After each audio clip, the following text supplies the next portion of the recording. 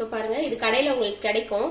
So இதை over night ஒரு 8 hours ஊற வச்சுட்டு காலையில தண்ணி ஊற்றி ஒரு 7 to 8 விசில்ஸ் விடணும். விட்டீங்கன்னா இது நல்லா இப்படி வெந்துடும். பாருங்க இது ரொம்ப ரொம்ப ஹெல்தியானது, குழந்தைங்களுக்கும் கொடுக்கலாம், அவ்வளோ புரோட்டீன் இருக்கு இதுல. ஸோ இந்த டிஷ் எப்படி பண்றதுன்னு பார்க்கலாம். ஸோ பிளாக் பீன்ஸை ஊற வச்சிட்டோம். ஸோ அதை 8 விசில்ஸ் விடுறதுக்குள்ள நீங்க தேவையான மற்ற பொருட்கள்லாம் ரெடி பண்ணிக்கலாம். ஸோ இதுக்கு வந்து நான் கத்திரிக்காய் யூஸ் பண்ண போறேன். ஸோ ஒரு 4 மீடியம் சைஸ் கத்திரிக்காவை வந்து சின்ன சின்னதாக கட் பண்ணி வச்சிருக்கேன்.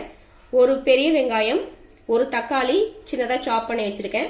தென் டிஷ்ஷுக்கு தேவையான அளவு உப்பு, ஒரு 1/2 டீஸ்பூன் மஞ்சத்தூள், தாளிக்கிறதுக்கு கருவேப்பிலை, ஒரு 1.25 டீஸ்பூன் மிளகாத்தூள். ஸோ இது வந்து எனது காரம் கம்மியா இருக்கும். ஸோ நான் ஒரு 1.25 டீஸ்பூன் எடுத்துக்கிட்டேன். உங்களுக்கு காரம் ஜாஸ்தியா இருக்கும் நீங்க யூஸ் பண்றது அப்படின்னா 1 டீஸ்பூன் போட்டுக்கோங்க.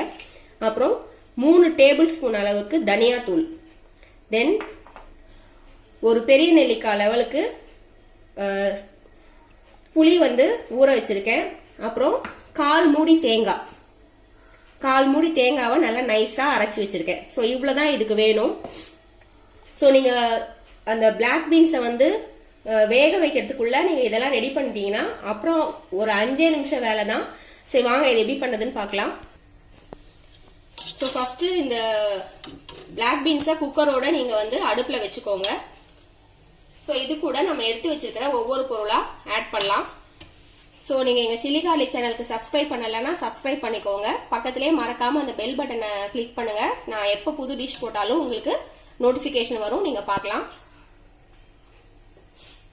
ஸோ அடுப்பு பற்ற வச்சுட்டேன். ஸோ ஃபர்ஸ்ட் நான் கட் பண்ணி வச்சிருக்கிற கத்திரிக்காய், பெரிய வெங்காயம் 1, சின்ன வெங்காயம் கட் பண்ணதுக்கு டைம் இருந்ததுன்னா நீங்க சின்ன வெங்காயம் கூட ஒரு கையளவு கட் பண்ணி போட்டுக்கலாம். அது இல்லைன்னா நீங்க பெரிய வெங்காயமே போடுங்க, எப்படினாலும் எல்லாமே கரைஞ்சிரும். தென் நம்ம எடுத்து வச்சிருக்கிற மஞ்சத்தூள்,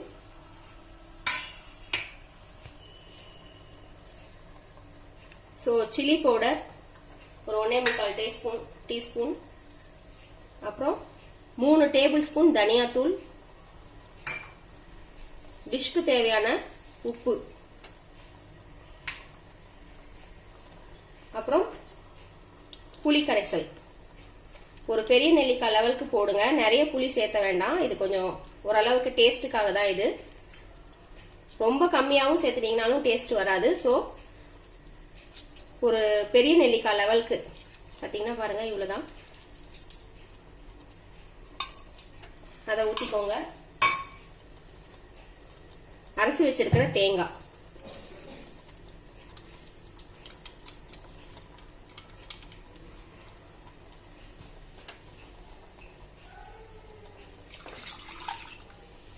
இது கூட ஒரு டம்ளர் தண்ணி.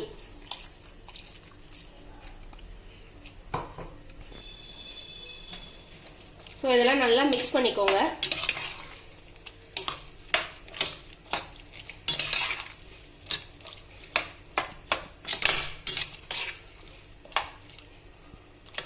ஸோ இந்த திக்னஸ் போதும் அப்படின்னா இதோட விட்டுக்கலாம். கொஞ்சம் திக்கா இருந்ததுன்னா உங்களுக்கு கொஞ்சம் நல்லா இருக்கும். இல்ல இதை வந்து நம்ம தோசைக்கு சப்பாத்திக்கெல்லாம் வேணும் அப்படின்னா ஓரளவுக்கு இந்த லெவலுக்கு பண்ணா போதும். ஸோ இதை வந்து நாம மூடி வச்சு ஒரு 2 விசில், அந்த கத்திரிக்காய் வந்து வேகிறதுக்காக ஒரு 2 விசில் விட்டா போதும். நம்ம டிஷ் வந்து ரெடி ஆயிடும். ஸோ இதை வந்து நீங்க மார்னிங் தோசைக்கு சைட் டிஷ்ஷாவும் யூஸ் பண்ணலாம், மத்தியானம் சாதத்துக்கு இதே எடுத்துட்டு போகலாம். உங்களுக்கு பிளாக் பீன்ஸ் இருக்கிறதுனால நீங்க வந்து சைட் டிஷ் காய் எதுவும் செய்யணும்னு அவசியம் இல்லை. இதையே நீங்க இன்னும் கொஞ்சம் சூடு பண்ணி கொஞ்சம் திக்கா பண்ணிட்டீங்கன்னா நைட்டு சப்பாத்திக்கும் இதை வந்து சைட் டிஷ்ஷா யூஸ் பண்ணிக்கலாம். சூப்பரா இருக்கும்.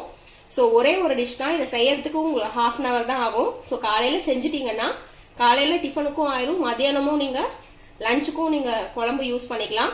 மீதியை ஃப்ரிட்ஜில் வச்சிங்கன்னா ஈவினிங் வந்து சப்பாத்தி செஞ்சு அன்னைக்கு ஃபுல்லா நீங்க இதே சாப்பிடலாம். ரொம்ப ஹெல்தியானது, கண்டிப்பா ட்ரை பண்ணி பாருங்க. இப்ப நம்ம இதை 2 விசில் விட்டுடலாம். ஸோ 2 விசில் விட்டாச்சு. ஸோ பாருங்க இந்த டிஷ் வந்து சூப்பரா ரெடி ஆயிடுச்சு. ஸோ இதுல கத்திரிக்காய் வந்து நல்லா உங்களுக்கு வெந்துருச்சு அப்படின்னா இன்னும் நல்லா கொஞ்சம் திக்கா உங்களுக்கு கிடைக்கும்.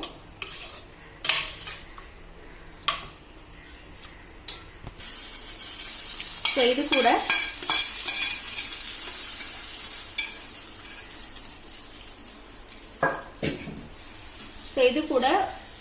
உளுத்தம் பருப்பு, கடுகு, கொஞ்சம் கருவேப்பிலை தாளிச்சு கொட்டிருக்கேன். ஸோ நம்ம டிஷ் வந்து ரெடி ஆயிடுச்சு. தேங்க்ஸ் ஃபார் வாட்சிங் அவர் சில்லி கார்லிக் சேனல். இன்னும் சப்ஸ்கிரைப் பண்ணலனா சப்ஸ்கிரைப் பண்ணுங்க. ஸோ இதை நான் முன்னாடியே சொன்ன மாதிரி நீங்க தோசை, சப்பாத்தி, சாதம் 3க்குமே வச்சு சாப்பிடலாம். ட்ரை பண்ணி பார்த்துட்டு உங்க கமெண்ட்ஸை ஷேர் பண்ணுங்க.